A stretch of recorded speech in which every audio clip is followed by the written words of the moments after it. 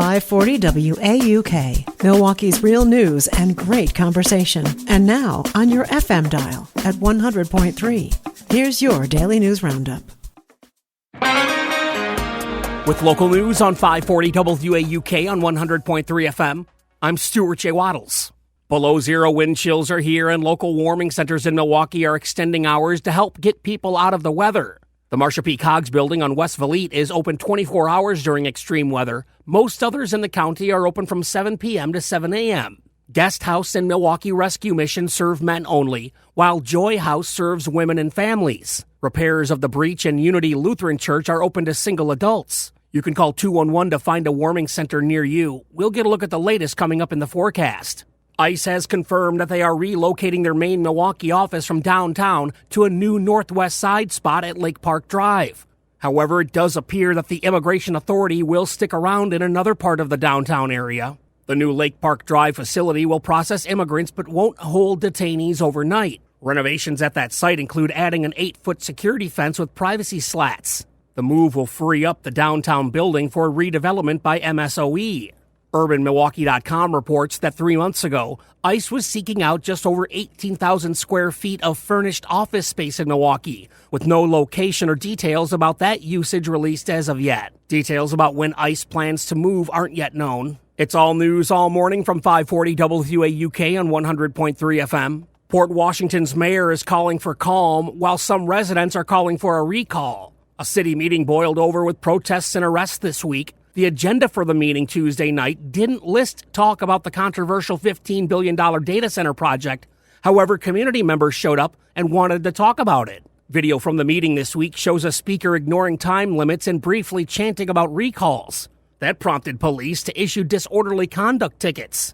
Opponents say they worry about massive energy needs, water use, and environmental harm. Coordinated anti-data center rallies were held this week across the state, including in Milwaukee, Janesville, Kenosha, and Madison.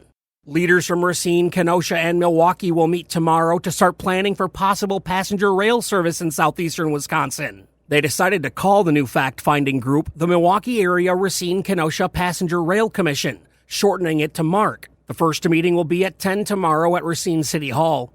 The group will focus on organizing and exploring how train service could connect the three cities. Officials say this step is only for the early planning. The city of Racine got a $5 million grant to fund the effort. The rail line used would be closer to where a majority of people live and could connect to Kenosha's Metro station, which runs daily trains to Chicago. Milwaukee travelers without a real ID will have to pay a $45 fee to go through TSA checkpoints starting next year. The TSA announced this week the new fee will go into effect February 1st. An $18 fee had been originally proposed last month. To pay the fee, travelers need to visit the TSA.gov website to verify their identity before they head to the airport. They will then receive an email confirmation to present at the TSA checkpoint. And that's the local update. It's all news all morning, 6 to 9 on 540 WAUK on 100.3 FM. News anytime at WAUKradio.com. I'm Stuart J. Waddles. A big win for the Bucks. Hi, I'm Mike Clemens with Sports. NBA, the Bucks beat the Pistons last night at Fiserv Forum, 113-109. Giannis Antetokounmpo leaving the game early in the first quarter with a strained right calf muscle, taken to a hospital for an MRI. Head coach Doc Rivers asked about an ESPN report saying that Giannis and his agent approached the Bucks to discuss a possible trade. And I want to make it clear for the 50th time, it clearly is not getting to one network, for sure. Giannis has never asked to be traded, ever.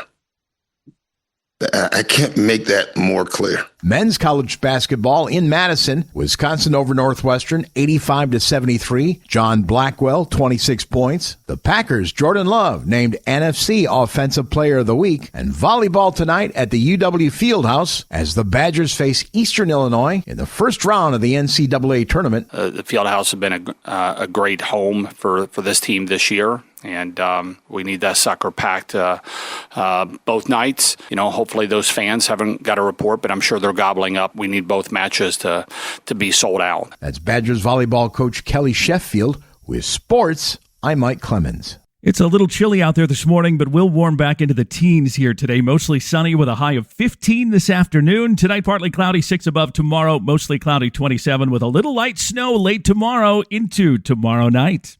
I'm meteorologist Sean Cable. Currently, it's 3 above. That's your Milwaukee News Roundup from WAUK. Find more news anytime at waukradio.com/news. Subscribe to this podcast on Spotify, Apple, or wherever you find your podcasts.